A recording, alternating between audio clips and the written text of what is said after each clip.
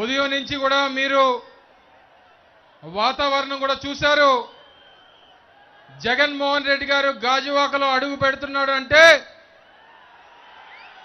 ప్రకృతి కూడా ఏ రకంగా ఆయనకి స్వాగతం పలుకుతా ఉందో మీరు అందరూ కూడా చూశారు. వచ్చినటువంటి జనానికి ఏ రకంగా కూడా అసౌకర్యం కలగకూడదు. ఆ సూర్యుడిని కూడా ఈరోజు చల్లబరిచేటువంటి కార్యక్రమం ఈరోజు పెద్ద ఎత్తున గాజువాక నియోజకవర్గ వ్యాప్తంగా వేలాది మంది ప్రజానికం దయచేసి పోలీసులందరూ కూడా సహకరించాల్సిందిగా కోరుతా ఉన్నా. ఈరోజు జగన్మోహన్ రెడ్డి గారి ఎన్నికల ప్రచార సభకి ఈరోజు వేలాదిగా విచ్చేసి జగన్మోహన్ రెడ్డి గారికి ఆశీస్సులు ఇవ్వడానికి, జగన్మోహన్ రెడ్డి గారికి మీ అందరి అభిమానం తెలియజేయడానికి రేపు రానటువంటి ఎన్నికల్లో ఆంధ్రప్రదేశ్ రాష్ట్ర ముఖ్యమంత్రిగా రెండోసారి మన విశాఖపట్నం నుంచే ప్రమాణ స్వీకారం చేయడానికి మీ అందరి మద్దతు, మీ అందరి సహకారం కోరడానికి విచ్చేస్తున్నటువంటి మన జనహృదయ నేత శ్రీ వైఎస్ జగన్మోహన్ రెడ్డి గారికి స్వాగతం పలకడానికి సిద్ధమైనటువంటి వేలాది మంది ప్రజానికానికి రెండు చేతులు జోడించి హృదయపూర్వకంగా కృతజ్ఞతలు, ధన్యవాదాలు తెలియజేస్తా ఉన్నాం. గతంలో ఎన్నడూ లేని విధంగా, ఏ రాష్ట్ర ముఖ్యమంత్రి చేయనటువంటి విధంగా గతంలో అనేక ప్రభుత్వాలు ఏర్పడ్డాయి, అనేక మంది ముఖ్యమంత్రులు పనిచేశారు. కానీ స్వతంత్రం వచ్చిన తర్వాత పేదవాడి కోసం ఆలోచన చేసినటువంటి, పేదవాడి కష్టాలు తెలుసుకున్నటువంటి 3648 కిలోమీటర్లు రాష్ట్ర వ్యాప్తం పాదయాత్ర చేసి రాష్ట్రంలో వివిధ వర్గాలు పడుతున్నటువంటి బాధలు, అనేక ప్రాంతాల్లో ప్రజలు పడుతున్నటువంటి కష్టాలు, రానటువంటి కాలంలో ఆ కష్టాల్ని తీర్చడానికి నవరత్నాల పథకాల్ని ప్రజల ముందు పెట్టి 2019లో మీ అందరి ఆశీర్వాదంతో 151 మంది ఎమ్మెల్యేల్ని గెలిపించుకున్నటువంటి వ్యక్తి ఇచ్చినటువంటి మాట ప్రకారం గడిచినటువంటి 5 సంవత్సరాల్లో 199 హామీలు అమలు చేసినటువంటి వ్యక్తి జగన్మోహన్ రెడ్డి గారు అని చెప్పి సందర్భంగా తెలియజేస్తా ఉన్నా. స్వతంత్రం వచ్చిన తర్వాత భారతదేశంలో అనేక మంది నాయకులు చూసాం, అనేక రాజకీయ పార్టీలు చూసాం, అనేక మంది ముఖ్యమంత్రులు చూసాం, అనేక మంది ప్రధానమంత్రులు చూసాం. కానీ స్వతంత్రం వచ్చిన తర్వాత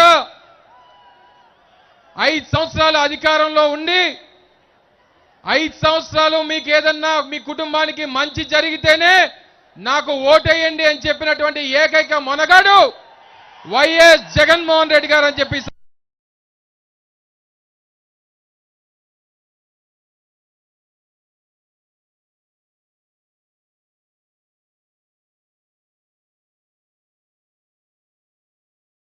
పేదవాడికి మరింత మంచి చేయడం కోసం, రానటువంటి కాలంలో పేదవాడి తాలూకా కష్టాలు తీర్చడం కోసం మళ్ళీ రెండోసారి మీ అందరి దగ్గరికి, రాష్ట్ర ప్రజల దగ్గరికి మీ అందరి ఆశీర్వాదం కోరడానికి విచ్చేస్తా ఉన్నారు.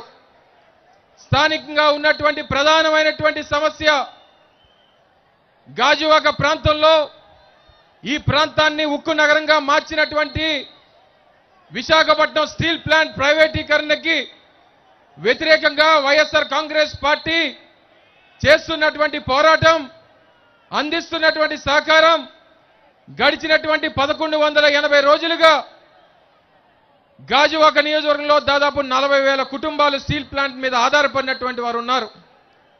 అందుకనే దాదాపు 5 రోజుల క్రితం మొన్న 3వ తారీఖున మీ అందరి సమక్షంలో ఈరోజు మనతో తలపడుతున్నటువంటి కూటమికి మనం ఒక సవాల్ విసిరాం. నిన్న దేశ ప్రధాని నరేంద్ర మోదీ గారు అనకాపల్లి విచ్చేశారు. ఆయన ద్వారా ప్రకటన చేయమని చెప్పాం. మీకు నిజంగా చిత్తశుద్ధి ఉంటే స్టీల్ ప్లాంట్ ప్రైవేటీకరణకు మేము నిలుపుదల చేస్తాం, మేము ఆ నిర్ణయాన్ని వెనక్కి తీసుకుంటామంటే అవసరమైతే గాజువాక సీటుని త్యాగం చేయడానికి కూడా సిద్ధం అని చెప్పినటువంటి వ్యక్తి ఈరోజు మీ ముందు నిలబడ్డాడు. కానీ నిన్న మీరు అందరూ చూశారు, ఏమీ మాట్లాడలేదు. స్టీల్ ప్లాంట్ గురించి మాట్లాడరు, రైల్వే జోన్ గురించి మాట్లాడరు, రాష్ట్ర ప్రజల సమస్యల గురించి మాట్లాడరు. కేవలం వారికి అంతా కూడా రేపు మళ్ళీ ఎలా అధికారంలోకి రావాలి, ఏ రకంగా రేపు మళ్ళీ అధికారాన్ని చేజిక్కించుకోవాలి, ఏ రకంగా జగన్మోహన్ రెడ్డి గారి మీద విమర్శలు చేయాలి, ఇవే విషయాలు తప్ప మరొకటి లేదు వాళ్ళకి. రేపు రానటువంటి కాలంలో తప్పకుండా జగన్మోహన్ రెడ్డి గారి నాయకత్వంలో స్టీల్ ప్లాంట్ ప్రైవేటీకరణకు వ్యతిరేకంగా పోరాటం చేస్తాం.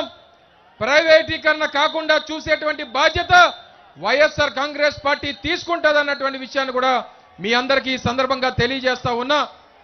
మీలో ఒకడిగా గతంలో నా తండ్రి స్వర్గీయ గుడివాడ గురునాథరావు గారు, మా తాత గుడివాడ అప్పన్న గారు ఇదే ప్రాంతానికి 2 సార్లు శాసనసభ్యులుగా పనిచేశారు.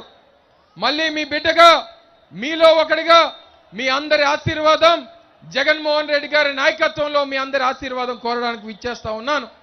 తప్పకుండా మీ అందరూ ఆశీర్వదిస్తారని చెప్పి నమ్ముతూ, అలాగే ఈరోజు మన పార్లమెంట్ అభ్యర్థిగా పెద్దలు శ్రీ బొత్స సత్యనారాయణ గారు సతీమణి శ్రీ బొత్స ఝాన్సీ లక్ష్మి గారిని కూడా వేదిక మీదకి ఆహ్వానిస్తా ఉన్నాం. మరి వారికి కూడా మీ అందరి మద్దతు, మీ అందరి సహకారం రేపు విశాఖపట్నం పార్లమెంట్ అభ్యర్థిగా గెలిపించాల్సినటువంటి బాధ్యత మీరందరూ కూడా తీసుకుంటారని చెప్పి ఆశిస్తూ, మరి మిమ్మల్ని అందరినీ కూడా ఉద్దేశించి ప్రసంగించాల్సిందిగా పార్లమెంట్ అభ్యర్థి అయినటువంటి శ్రీమతి పెద్దలు శ్రీ బొత్స ఝాన్సీ లక్ష్మి గారిని కోరుతా ఉన్నా. దయచేసి జెండాలన్నీ కొంచెం కింద వెనకాతలందరూ కనబడాలి. సోదరులారా, దయచేసి జెండా